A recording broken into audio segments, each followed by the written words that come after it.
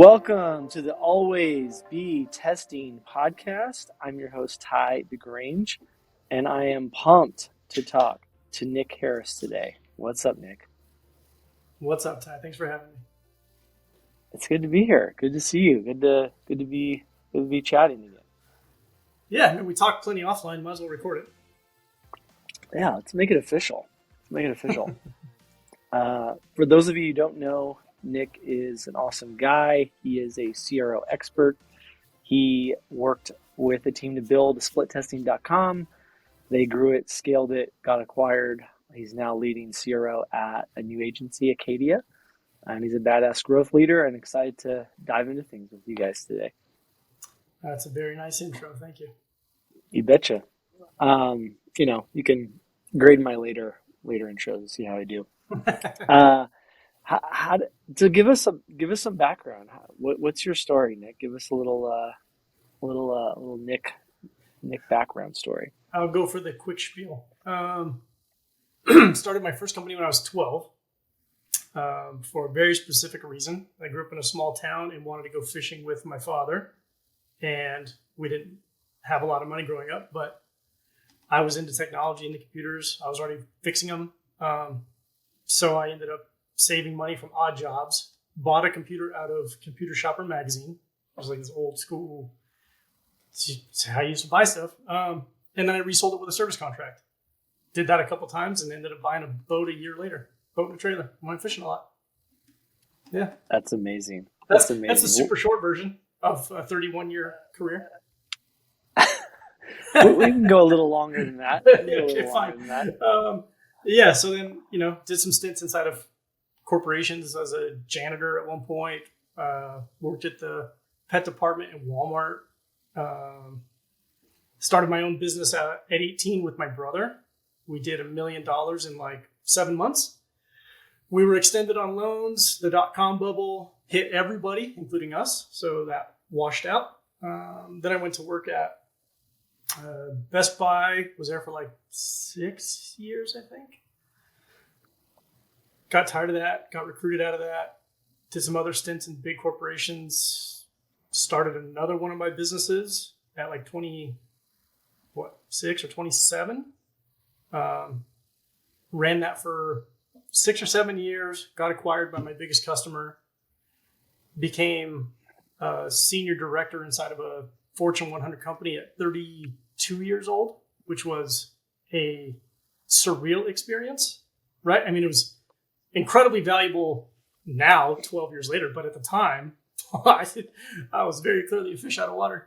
That just required too much of my time, too much travel. So I burned out, started another company, got that sold. Then we got pregnant with our first kid. I was told I have to have a real job. So then I went back to corporate America. And then I, again, got burnt and fried after like 4 years, and then I ended up working with Dylan. And now here I am. So That's, I don't know, I probably had like 12 or 13 jobs. I mean, where to start? There's so much to dive into with that. It's insane. I mean, you're 12 years old, you buy a boat. Like 13. It was a year later. I started the business when I was 12, bought the boat when I was 13. So what was that like? Oh, amazing. It was amazing, man. Yeah. I'm a 13-year-old kid, get to go fishing all the time with my dad. On a boat. It was awesome. What did you guys catch? Rainbow trout, walleye, largemouth bass, a lot of bluegills, which I guess are called crappie elsewhere. What was it? River, lake? What kind of? No, just all in lakes up in a little town in Arizona called Pinetop Lakeside. These little lakes. There's a lot of them, but they're tiny. What was that like for your dad? Was he pumped? I don't know, man. My dad, we didn't really talk much. You know what I mean? Like there was a bond and a connection, but it was sort of unspoken. We were out there doing our thing and just kind of chilling, just being around each other. That's amazing. I think that's wow. Yeah. Yeah, I mean, hindsight, I wish I would have talked to him because it turns out he wanted to be a lawyer and all these things. And he's still definitely the smartest person I've ever known. And I know some pretty smart people. But my dad was Just Wow. weirdly smart. What was he doing if he wasn't wanting to be a lawyer? Like No, what he's a was he land doing for surveyor for the jobs and state. stuff? He just liked Yep. to drive around and do stuff around. I mean, he just liked to be out doing stuff. So that's what he did. Wow. Yeah. My my dad would take me, you know, he's a horse trainer and work in a small business, and he would, you know, similar thing, you know, sometimes those unspoken moments are the best where it's like you're just spending time with someone, you know, and as a parent child, I think that's really cool and also underappreciated sometimes. You don't necessarily have to always have a great, perfect conversation, but to spend time with, you know, your family and dad is pretty special. So that's cool. Yeah. Very Definitely cool. formed who I am now because I'm all about time is what I value. Everything else is secondary. Yeah. Now, are you kind of seeing that now with your kids, or how is that? You Probably. I mean, getting we to hang spend out the a time you lot. want? Yeah. Yeah. That was part of the burnout and joining Dylan is I got most of my weekend back. I got most of my after work back. But most importantly, I was happy when I was not working. Whereas before, I was recuperating from working. So I was not necessarily present or happy or motivated to play. I was just exhausted. Yeah. To reiterate, so when you teamed up with Dylan to build split testing, you were able to get a little bit of your weekend back and life back and Yeah. balance. Is that what I'm hearing? It's awesome. That is mostly That's attributed to awesome. the team that we have that afforded me that, right? It's like a position of Yeah, fortune, but yes. for sure. For sure. And in previous roles, like if you don't mind me asking, like what was kind of the thing that was it your drive? Was it the environment? Was it the corporate America? Like what was it that was like, okay, this is just not sustainable? Part of it was just being younger and wanting to prove myself. And I thought you did that by getting shit done, right? Yeah. Turns out that last part of it's true, but you don't have to grind all the time, right? You know, in hindsight, not everything's important, right? Something I know now is very few things actually need done on a to-do list, right? Um, and then maybe the largest portion was previous leaders just didn't have boundaries. You know, they didn't have boundaries for themselves, so they didn't have boundaries for their team. This might be a bit of a segue, but you know, some things don't need to get done. Some things do. Mhm. In the world of testing, so your prioritization is huge, and it kind of forms a lot of growth and how do you inform experiments and things like that. And we've talked a little bit about that, but how do you as a CRO lead kind of help people and for yourself kind of say, okay, this is what we are working on, this is what we aren't working on, and that prioritization exercise. Can you maybe share a bit about what you've seen and how you think about that? Yeah, I think in this case, I'm much more fortunate than most people in my position. I've got some really great people that work on our team, right? Brittany, who's our VP of Client Strategy, employed ICE scoring across the board for everything we do. So, you know, impact, confidence, ease. We use that, and that really what informs what we do. From a slightly higher level where I set things is it has to be good for our clients' customers, right? Not just for our client. Yes, they're the one that pay us. Yes, they're the one that has to be satisfied with our work. But if we started to go down the line of just satisfying our clients and not our clients' customers, it's a slippery slope into, you know, maybe some sketchy ethics, a little bit below the integrity bar, not really pushing ourselves to understand their business as good as we could, right? You could do a lot of like cookie cutter tests and we know they'll win or they'll mostly win or do good enough. But that's not really how we want to operate, and that's not the relationships we want to build. We want to really actually set their business up for like long-term sustainable growth. And so in that case, from me, it's a customer-centric mindset throughout our entire organization, and then that bleeds through to our clients. That's awesome. Are, without sharing names, have there been examples that have popped out that you recall where maybe some of those, hey, this is gonna really be great for the client, but not great for the customer. Are there things or themes that you've kind of picked up on or like seen other groups employ that you think is something you'd want to avoid, or maybe how do you draw that line? Yeah, I'll just give a homework assignment. Just people can go look up dark patterns. I'll leave it there. And then they All can right. make their own judgment on how that's being implemented on the back end. Sounds like there's some consumer benefit privacy conversations that we could have and go Yeah, deep on yes. at some point. Yeah, maybe At in some another, point, maybe in a second a separate podcast. Yeah, pod. Yeah, there's a lot of sketchy yeah, behavior that goes on, yes. yeah. Um, Interesting. So you kind of said like at the center of this, it's for like long term value for the client, and Mhm. maybe on the flip side of that, on the more positive side, has that resonated with the team? Has that sometimes not resonated with the team? Like, what is maybe examples of that coming through? Like, what are some trade offs there that you found? With my team? Is that what you're Your asking? Like team, maybe impact on my past team? teams, yeah, kind of Um, coming from a very customer centric approach that you're referencing. I think if I just said that we're a customer centric team or organization, or that's how I lead, yeah, it'd be really weird, right? It's like super open to interpretation. Um, but I make it very clear, very often, what that actually means in practice for us, right? And so it's always been pretty well adopted. And I think I got that maybe from my Best Buy days, honestly. Like just in retail, like you're just so focused on the customer experience inside the Mm-hmm. store, um, Mm-hmm.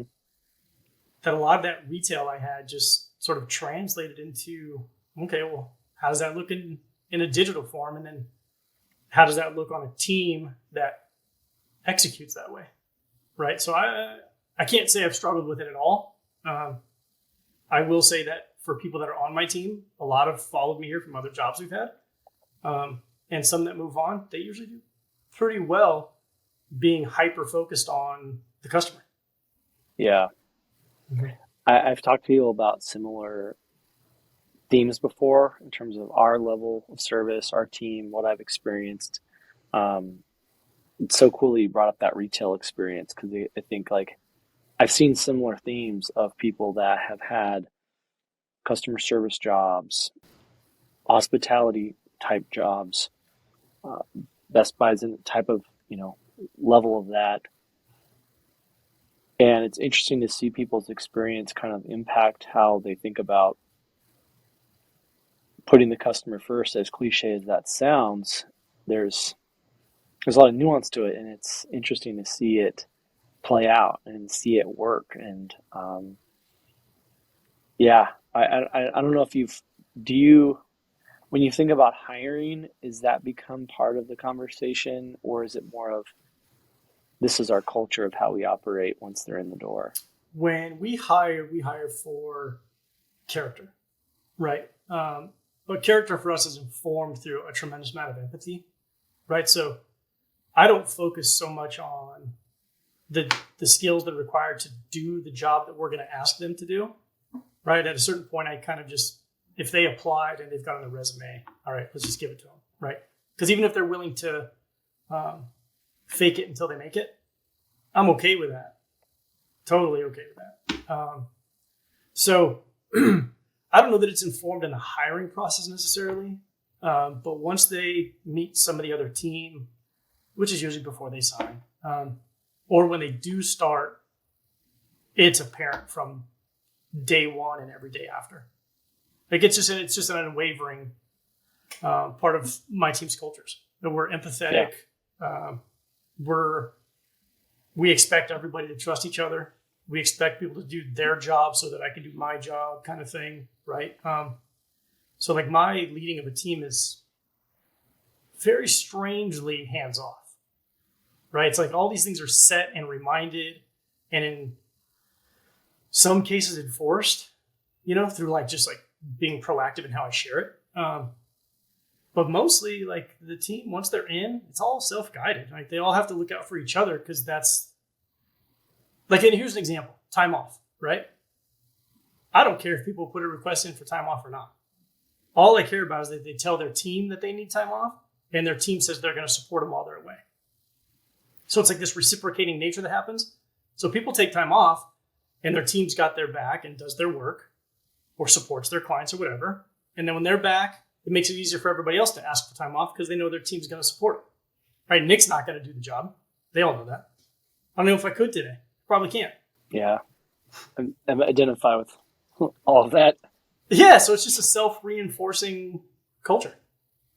When somebody enters the door and they go down the paths of like not performing, kind of middle range, and like really working well, like excelling, what are some of the signals you've picked up over the years and learned from? Like, what are some of the things that you're like, oh wow, that person's really excelling, they're really getting the culture, they're really dialing in on the tests, the client experience, the data, the interpretation? Like, what are some of the signals that you've learned and picked up on over the years since you've had so much? I only know if it's shared with me. I'm not that tuned into the day-to-day, so I wouldn't really know unless it was shared with me. But I will tell you that they don't.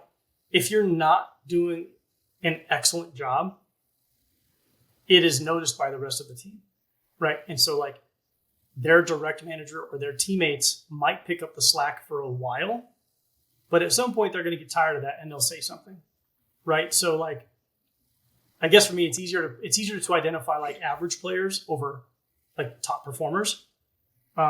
Just given the culture that we have is damn near everybody's a top performer. And if you're not, you will make it for a while until people get tired of picking up your slack, right? In which case, everybody's invited to tell me earlier or tell their direct boss earlier, like, hey, so-and-so's not doing all the things and we're having to pick it up. But that's up to them, right? And again, that's the team cohesion, right? And Nick's not part of that necessarily. Yeah. And when you think about top performers, obviously, you've seen a lot of this over the years. Like in your world, how would you try to define that? Is there kind of I know that's a hard one, but what would you say is a good barometer for that? Right. Which is like, autonomy to sort of, it's just they have agency. They're people, right? They're people. They know the right thing to do versus the wrong thing to do. And when it's in question, they know to ask. So for me, top performers are really the people that when they ask for help, when they ask for support and you give it, they run with it, right? They're not just asking to be involved. They're not just asking so that that they're thinking about the business, right? These are people that when you hear from them, it's a meaningful, thoughtful interaction, and they take away whatever it is and they do something with it, right? So I guess for me, top performers are the people that you don't hear much about, they don't bother you much, but you notice when they're absent or gone or having a bad day, because they're the ones that were doing the most, right? So it's you really notice when maybe they're having off day, you notice, versus all the on days. Yeah, that makes sense. It in my conversations with you, it's always like impressed me and struck me of like how you seem to create simplicity out of things that are not always simple. And maybe you can share a little bit about how you do that, how you think about that. So first off, it comes with time. It comes with patience, right? So that's like number one for people, not to try to rush into being simple because you'll make a lot of mistakes along the way, which is fine. Just know that you're going to make them, because you'll like oversimplify, or you won't ask all the right questions to get to simple, right? So for me, it's a lot of it is listening. On almost every meeting I'm in, even client interactions, right? I'm like just quiet. I'm sitting there listening. I'm paying attention, right? I close all the windows on my screen and I'm focused and I'm in. So to get to simple, it's usually already in there. It's in all of the complexity that's being shared. It just needs boiled down to its essence, right? So somebody on the team or some client might share everything, just free thought, right? It's just like a brain dump, right? But if you listen intently and you know the goal, you can usually parse it together from whatever they said into some slightly tweaked version that's actionable, right? Because I'm not going to pretend that all of my thoughts are original. There very few are, right? Most of it is I pay attention very sincerely. I listen to what's being said. I ask questions that help me get closer to understanding the goal or getting us to the goal. And then I bring back in all the stuff that was shared, but only the pieces that are pertinent. And then it's just like an exercise in listening and patience, but all that comes with time. People aren't great listeners when they're young. It's fine. It's also interesting because you work in there's like technical aspects of CRO, there's data aspects of CRO, there's design aspects. How does that play into it? Do you find that it's harder to bring that out of certain individuals in those areas, or is it more of, hey, we've got our account managers that are adept at this to really hone in and listen and be the empathizers, and then we have those that are maybe not that way, kind of flipping it from you to the team a little bit? But sure, yeah. I don't think it's hard. I think the team does a great job listening. So we're data informed and data led, right? So because not everything is, you don't always get a binary out of data. Sometimes you just get a direction, right? Which is data informed. So there's that, but also the team is very good at asking questions, right? And they're very good at understanding where we need to get in a given test to understand its impact. And so like in this case, we would treat a hypothesis as our goal. And if it's shared and agreed to by the client, then we have our target, right? And in that case, listen, ask, and then we just plan from there. It's actually pretty easy. There you go, simplifying things again. But again, it's listening and asking, right? Well, maybe an interesting segue is like, where do you think folks get it wrong, either on the client side or the brand side or the agency side, in terms of the CRO process? Where are some of those misconceptions? It feels like an area, it can be confusing, it can be challenging to kind of like prioritize and launch. And what are some of those things that you've come across where you're like, wouldn't do it that way? But yeah, I'm going to try and boil it down into 2 buckets. So there are short-term goal-oriented people, and then there are long-term goal-oriented people, right? Oftentimes those are at odds with CRO as a practice, at least as we do it, right? So short-term might be, we want to make big, huge changes. We want new landing pages. We want new whatever constantly, right? And that's fine as long as you understand that you're not going to know why it won or why it lost, right? So if you're willing to take on that debt of just hammering stuff out until you luck upon a winner, fine. That's not for us, right? I would consider that like more the short term. Long term is really listening to the data, listening to your customers, and making iterative changes along the way, right? And then you will eventually get to the new design that you wanted or the new branding that you wanted, but it will be strategic in nature and better in the long term. And like we call that, like on our side, we call it evolutionary site redesign.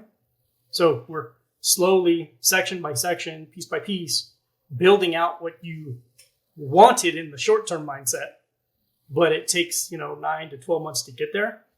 And for the brands we've done that with, who have stuck it out, I mean, we're seeing crazy growth, 7x, 9x, tremendous growth for them. So I think year that's over year? like the way I would think about it. Wow. Does that allow you to, now are you kind of letting that section of the site experiment bake before you're moving on to another, or are you running other tests No, in we'll addition concurrently to? run a handful of tests. Yeah. Yeah, It depends on yeah, it really depends on the customer's journey, right? Because we don't want like a test to interfere with another test. But most brands we work with, there's enough particular sections of a journey that we can run multiple tests at a time. when a brand comes to you for help, Mhm. what are some signals that you say, oh wow, this is like, you know, great signal?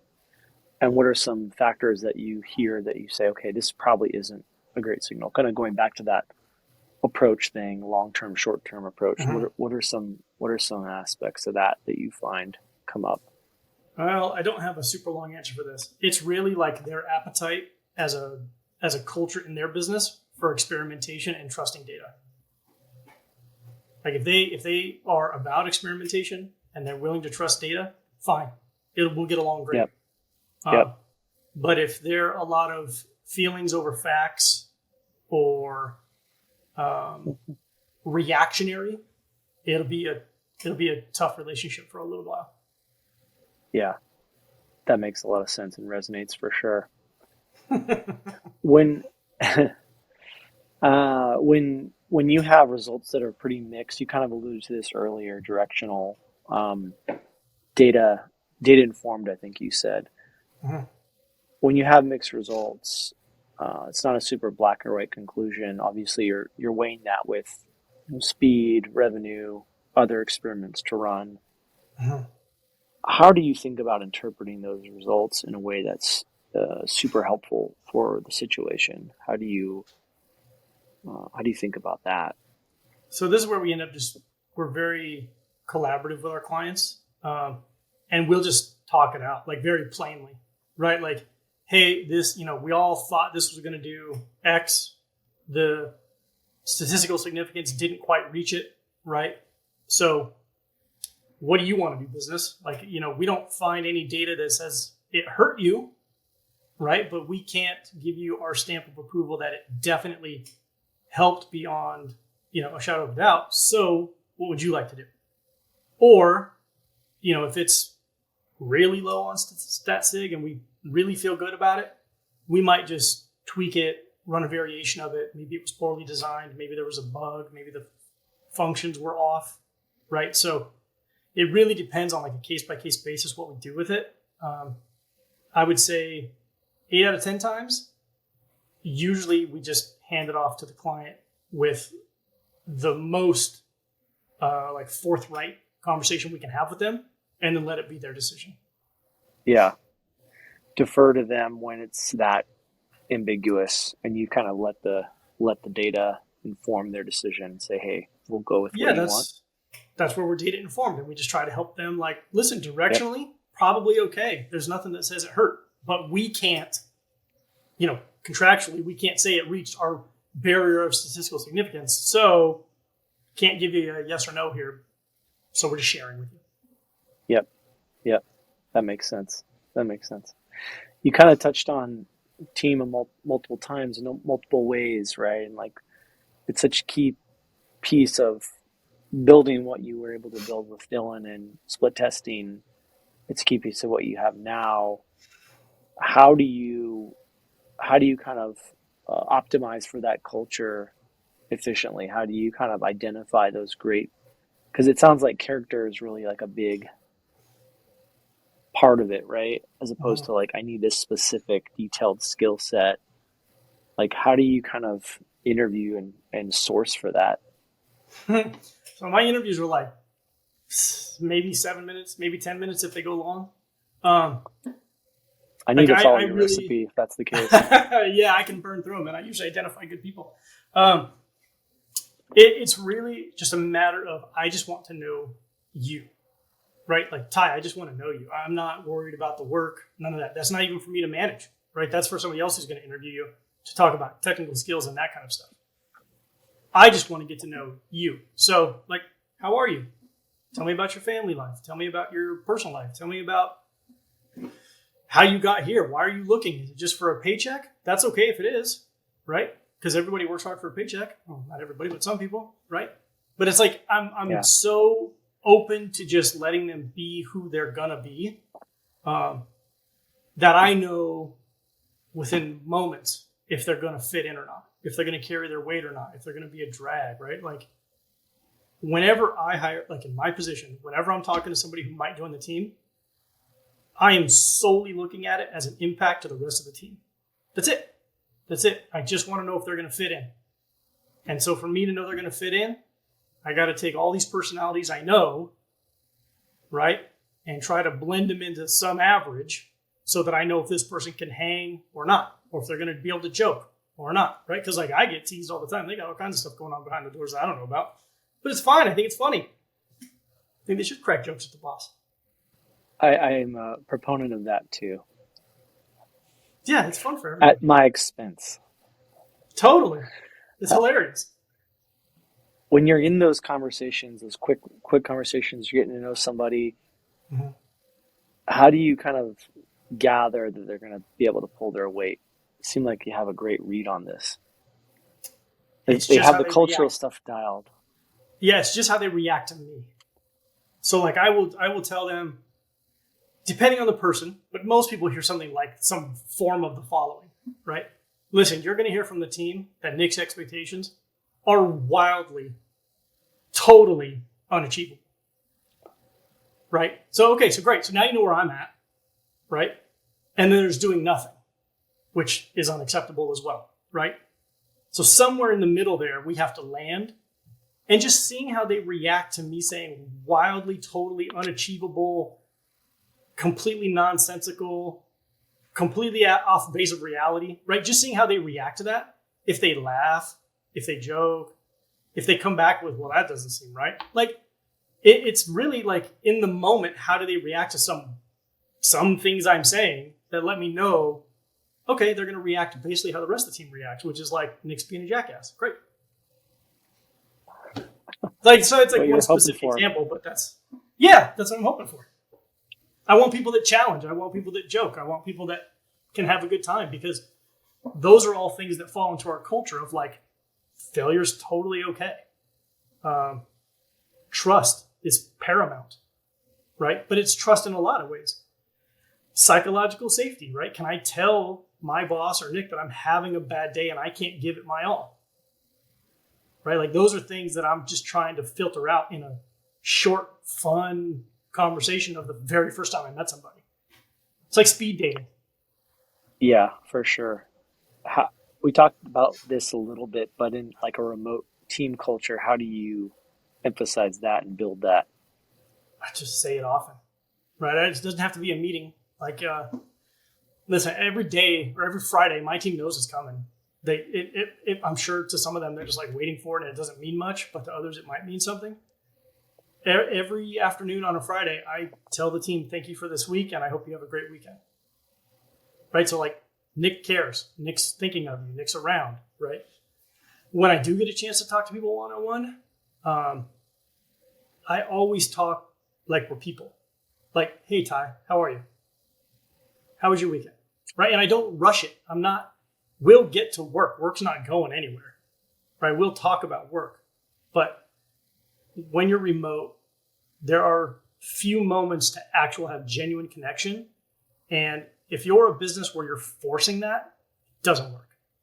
It's just odd and uncomfortable, and people feel obligated, which makes it work, right? It's like the opposite of what you're actually trying to make. So when I get a message in the morning from somebody who's a bit stressed, a bit rushed, whatever, and they just go straight to work, I force a pause and I reply, good morning, how are you? And then I'll address whatever it is they needed. But it's important for them to read those words or to hear those so that they pause and go, oh, I'm just a person. Nick's just a person. I don't need to be stressed out. Yeah. This is not the worst thing that's ever going to happen. Right? And so like doing that a lot every day and reminding people to do that, like senior leaders to do that, it all just became normal. And so now everybody on the team treats people as people first. and then work gets done. Yeah, I love that. It's a real valuable. I think there's a lot of elements of that in terms of how we try to operate. Like regular reminders of like, hey, how what is going on in your life outside of the work is really important. And I think it's easier said than done, but when it comes from a very just human, genuine place, I think it really works, and it's what we're kind of all striving for. You know, Well, you got to this work remember, stuff is everybody's outside of work life is way more important to them than their work life, right? Like absolutely. a lot of entrepreneurs, a lot of leaders, and a lot of businesses get it wrong. They think people care about the stuff as much as they do, the business. They don't. They're getting a paycheck. They're doing enough to get a paycheck most of the time. And that's okay, right? The people that do more are the ones who get more eventually. Like that's just how it works. But you got to be okay understanding that work for them is literal. It's work. Like they're just trying to clock in, clock out, and then go have a life. So if you are interested in their life outside of work, you are going to get so much more inside of work from them. Because you care, which means they'll care. Yep. It's very simple, actually. Yep. It's really just don't treat people like tools. Treat them like people. You're just you're simplifying all the things, Nick. Just keeping that up. Just keeping that up. I don't feel Gonna be like the I'm title. simplifying. I feel like I'm just pointing out the obvious. Gonna be the title. Obvious simplification. No, I don't think it's always that obvious, and I don't think it's always that natural to people. And I think the good ones are doing that elements of what you've highlighted, but a lot of people don't, unfortunately. Well, Um, is that yeah, I fair? mean, Would you agree? maybe. I mean, I would say that actions are that way, yes. But Yeah, I have to everyone give says it. people, yeah, but you got to give them the benefit of the doubt. So, like, if you're the business owner, you have a lot more on the line, likely, than anybody you employ, right? Debts, pressures, stress from running a business, lack of sleep, like all these things, like actual physical toll, right? Like there's all these things that are impacting you. So I'm not giving a pass. I'm just saying it's sometimes excusable that they forget their role is chosen and not a requirement. Nobody told you to build this business and take on all this pressure and stress and debt. You chose to. So own it and don't be an asshole, right? Like you can be both things, you know what I mean? But it's very hard to remember that because listen, I've been a business owner a handful of times and I've caught myself when I was younger slipping, treating people like tools or like, hey, what do you do? How are you not answering my call the moment I ring it? How dare you go see a movie? You know what I mean? Like silly things like that because I was in a position where I was caught with my pants down. I didn't have an answer. I know they did. I'm getting yelled at. I have a risk of money not coming in, which seriously impacts my livelihood and their livelihood by proxy, right? So that's what I mean. That's what I was saying earlier about it just takes time. And, you know, it's like wisdom or patience or whatever, right? It's just, if you take a moment, who is it? I think it's the Navy, right? Like slow is smooth and smooth is fast, right? Like if you could just kind of beat that drum constantly with yourself, then you don't need to. The way I say it now is I tell people don't react, respond. And I Right? think That's kind of how I teach my team now. and I'm hearing you say this throughout, right? It's a empathy, it's a human centered kind of Yeah. natural human approach that is smooth and relates to fast.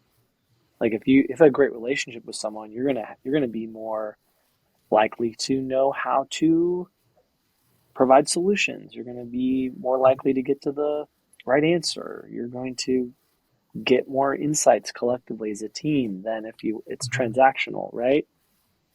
Yeah. Funny enough, you just made me think of something too. Is like a fault I see a lot of, especially with like new bosses, new leaders, new managers, is, and I don't know, I usually chalk it up to all those books that everybody reads about. 6 types of whatever, or 15 types of whatever, right? Like, I think that's like, funny enough, I think it's like an oversimplification of who people are, right? Like 6 buckets, 6 work. I don't know. There's a bunch of bullshit out there. Like, I never expect my team, all of them, to be managed the way that I would want to be managed, right? And I never expect to be able to manage them all the same way I manage each one of them, right? So it's like really on the leader. I think Harvard Business Review did a thing on this called emotional labor of a leader, right? Like, you have to be able to know how to manage each person that you're supposed to be managing in your organization, how they need to be managed to excel. That's a lot of damn work, let me tell you. Yeah. It's a lot. Could be 6 different, 10 different, 30 different styles. Yeah, but it's important. Mm-hmm. And again, you're in a very fortunate position. You're the man, you're the woman. That's your job. Tough. Yeah, 100%. You know, you talked a little bit about being a son, spending time with your dad, spending a lot of time with your kids. How did that change for you as a leader? Did it change? The only thing it did is I recognize people are people no matter what age they are. And what I mean is, my kids will not listen sometimes. I have adults who don't listen sometimes, right? I have kids who will react and lose their mind. I have adults who react and lose their mind, right? And so it's like, the universal lever that I have is to not react and to be patient and to ask questions and then to work towards a solution together, right? Because like, my kids especially, it's not even my kids especially, it's everybody. If they are in a mood that is unfavorable and I just listen and then I ask a simple thing like, okay, how can I help? Or oftentimes it doesn't call for that. They just wanted to be listened to. And you being solution oriented means you didn't listen very well. So you can just respond with, I got it. I heard you. Let me know if you need me. Right? Instead of how can I, just let me know. It's on you. Right? I heard everything. Got it. Yeah. You've got it all out. Hope you feel good. Right? But it's like being able to identify those situations where you should lend a hand and where you should not.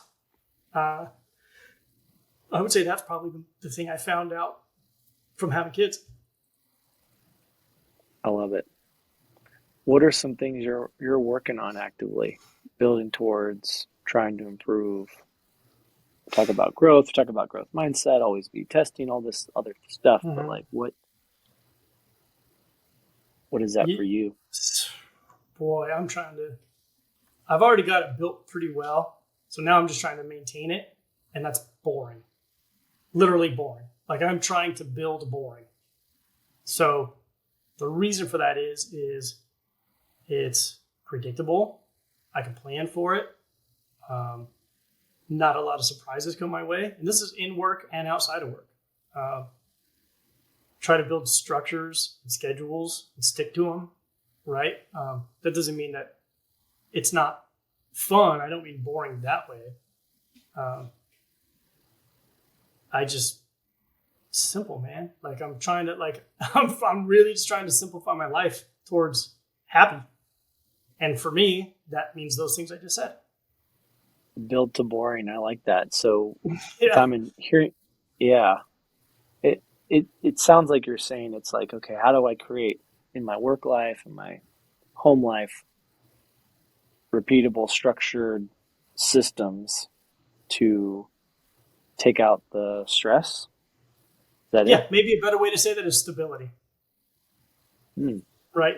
And by stability, I mean not a lot of surprises. Which turns out it's a tremendous amount of work to do, by the way. I should have just signed up for chaos theory and just let life roll out. But I'm trying it anyway. But is there any maybe tips from your brain or your experience for the audience that in terms of like software, book, just something you do basic every day or every week or every year that kind of moves you closer to that in work and life? Yes. So I don't stress. I refuse to stress. I am excellent at not stressing out about situations, right? Like someone told me recently, calm is my calling card, right? Like I just don't, I get, I will get excited, joyful, and all these things. And I have ups and downs like everybody, but I'm patient with myself in that I don't react in the moments. So I just say, oh, well, that sucked. Let me see how I can, what I can do about that, right? Versus flipping out, reacting to it like a blown tire in 119-degree heat. That will seriously F up your day, right? But instead, I just leave the car running with the AC on and call a tow truck and just wait for them to get there, right? I'm fortunate enough to be able to pay somebody to just do it, right? So in that moment, I just ended up listening to music. It's fine. It's like I found a break, right? It's a relaxing thing versus a traumatic experience, right?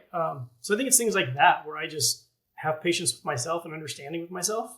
And I did that when I was, I think I was like 24, 25. Like I actually called every friend I had at the time and told them like I wasn't hanging out with them anymore. Like I was doing something else with my life. And that's mostly because it was just like a time suck and not super valuable. And then I made an agreement with me around the same time that when I go to bed at night, I have to like settle my day with myself. Like, am I satisfied with what I did today? If I'm not, then I have to get up and do something about it. Or if or say I'm not, but I'm okay, right? Or I'm okay with my day. And since I've done that, man, I get like 8.5, 9.5 hours of sleep. I don't stress at all. Nothing really shakes me. You know, and that's just because I'm like mellow. But I attribute that to refusing stress and learning, like teaching myself what that meant for me, how to not stress, and then making sure I get proper sleep. So let me get this straight. You called all your friends and told them you're gonna not hang out I with them broke up again? with them all. I Broke broke up up with with every them? one of them, except for 2. When was this? I was like 24, 25, so 20 years ago. Can you, what was the deal breaker for you? I just didn't find the relationships to be reciprocal. And I wasn't always looking for them to be reciprocal, but it was like Nick had money, Nick had the cars, Nick had the boats or the jet skis or whatever. And so it's like, yeah, I bought those things to definitely use them. And I bought those things to definitely use them with my friends. But when the relationships, I guess, turned to like transactional, like the only time we talked or the only time we hung out was to use some of that crap or something, you know? Yeah. Then I was just like, well, I'm not getting anything out of this. I could take my jet ski to the lake by myself. You know what I mean? Like it just, they all became transactional. And so it just wasn't worth it. Yeah. How did you, it sounds like this has been a developed skill over time of the calm that is you. And you definitely are admitting that, hey, there's some moments where you're up and down. I certainly feel that. I know others do. How did you get there? Like, what was there one experience? Was it going through shit and going, I'm not going to do this again? Was it like physical, mental, like yoga meditation? Like, how'd you get this calm? Yes, it was all those things. It became, here's what it is. When I see people freaking out at a situation that I think does not warrant it, I don't have all their context. So maybe it totally does warrant it. But because I lack the context and I see what's happening to this person and I find it somewhat amusing, right or wrong, I just don't want to do that. Like it's really that. Like I just don't want to be seen as out of control. I don't want to be seen as, because, all right, here's the real reason. When people are reacting or acting, period, out of fear, it's really easy to get them to do stuff. It's also really easy to know what they're going to do. it's the same kind of thing happens when people are really excited. They become malleable, right? And so if my demeanor is constant resting bitch face, well, guess what? You don't know what I'm going to do. You don't even know what I'm thinking, right? I just want $1 million and I'm stoic. I didn't change. Well, what the hell is he going to do with $1 million? Why is this guy not screaming from the rooftops, right? Someone just stole my car. Same reaction, right? Those are both edge cases. But in both those cases, I guarantee you I'm not reacting. I will react in private or with my wife or my family. But outwardly, nah, people don't even know what I'm up to. And when you let your emotions fly, boy, it's so easy to know what you're up to. And it's even easier to make you do stuff. So that's really why. Great answer. Cat's out of the bag. Cat's out of the bag now. I think it's a good segue to ask you, what are you up to? And I mean that in, you've obviously had tons of experiences. You started the entrepreneurial journey super early, giving you a ton more reps than a lot of people our age, I'll say. You built up a CRO agency that kind of took the world by storm, got acquired. Amazing. It's a whole nother pod. You've got an awesome team building, you're leading with the current agency. What is, maybe not what is next, but what are you kind of eyeing for the future? What does the future look like for Nick? Sure. So right now it's about doing as many of these as I can, podcasts, and sharing information. I'm not going to say altruistically, but I'm not charging for it, right? There's selfish reasons behind it. But I really just want to listen, I'm 44 and I've got 31 years of career in me, between a mix of, Fortune 500 and entrepreneurs, right? Lots of failures, lots of pain, lots of success. There's a lot of things that people can take from what I'm trying to convey to cut the line, avoid mistakes, and find success much earlier than I did. And that's really what I'm trying to do. The takeaway for the part of that for me is I get to make sure that, me and mine are protected, because there'll be opportunity and options. But that's not what I'm after right now in this moment. And for the next while, I just want to share and help.